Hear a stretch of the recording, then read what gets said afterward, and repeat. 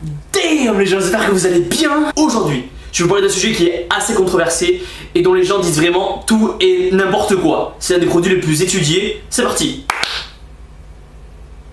Allez. Ah, j'ai compris.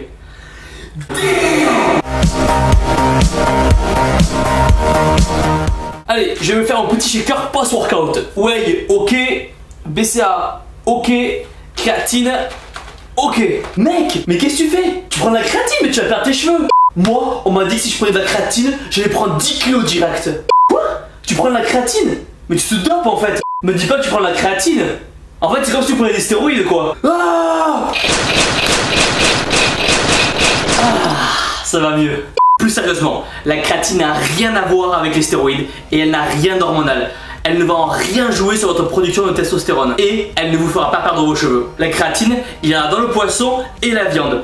Par exemple, dans le bœuf, pour 1 kg de viande de bœuf, il y a 4,5 g de créatine. Nous pouvons remarquer qu'aujourd'hui, voilà, la créatine a une très mauvaise image et on l'associe souvent au dopage. Pourquoi? Simplement parce que les cyclistes masquaient les effets de l'EPO avec la créatine. La preuve, la créatine n'est même pas sur la liste des produits dopants. De plus, il y a beaucoup d'idées qui circulent entre la créatine et les reins. La vérité est qu'il n'y a aucun danger pour les reins. Simplement, comme la créatine est une grande consommatrice d'eau, veillez à boire entre 2 litres et 2,5 litres par jour. En gros, c'est les besoins normaux quoi. Après c'est sûr, si à la base vous avez déjà des problèmes de reins, ça sert à rien de prendre de la créatine. Donc, à quoi va servir la créatine? La créatine va vous aider à créer de l'énergie sous forme d'ATP. C'est-à-dire, au lieu de faire 10 reps à 100 kg de développé couché, vous allez réussir peut-être à faire 12 reps à 100 kg au développé couché. Par contre, la créatine est vraiment efficace que sur les sports courts et intenses comme la muscu.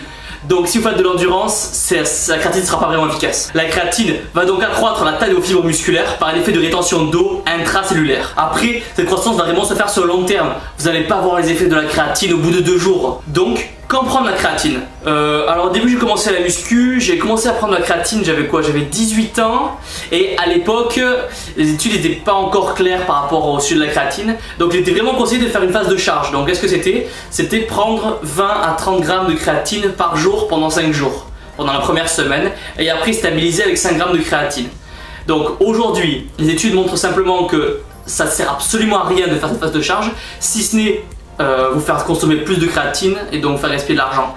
Donc ce qu'il est conseillé, c'est de prendre 5 grammes de créatine par jour que vous pouvez étaler 1 gramme par exemple à chaque repas. Après, le débat persiste aussi de savoir s'il était utile de prendre de la créatine à l'année ou au contraire de faire des cycles de 1, 2, 3 mois. Perso, je conseille vraiment de faire la cure à l'année, ça sert à rien de faire des pauses. Après voilà, si vous voulez faire une pause au bout de 3 mois, pourquoi pas. Sur ce les gars, je vais vous laisser, je vais aller prendre mon Impact Whey, si vous le voulez. Vous avez 10% et 6% de réduction, les liens sont dans la description.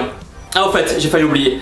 Beaucoup de personnes me demandent dans les commentaires ou dans les messages sur Facebook quel débardeur j'achète ou les t-shirts que je mets. Alors celui-là en l'occurrence, c'est un No Pain No Gain.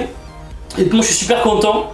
Il est assez fit, il moule bien. Et non, plus sérieusement, si vous voulez, vous avez le lien dans la description pour aller checker un peu le site et voir les modèles, mais franchement c'est super cool. Pensez à vous abonner, à partager la vidéo sur le mur des personnes qui pensent encore que la créatine c'est du dopage. Même si j'aime en bas de la vidéo, ça me fera super plaisir. On se voit très vite, on se voit bientôt.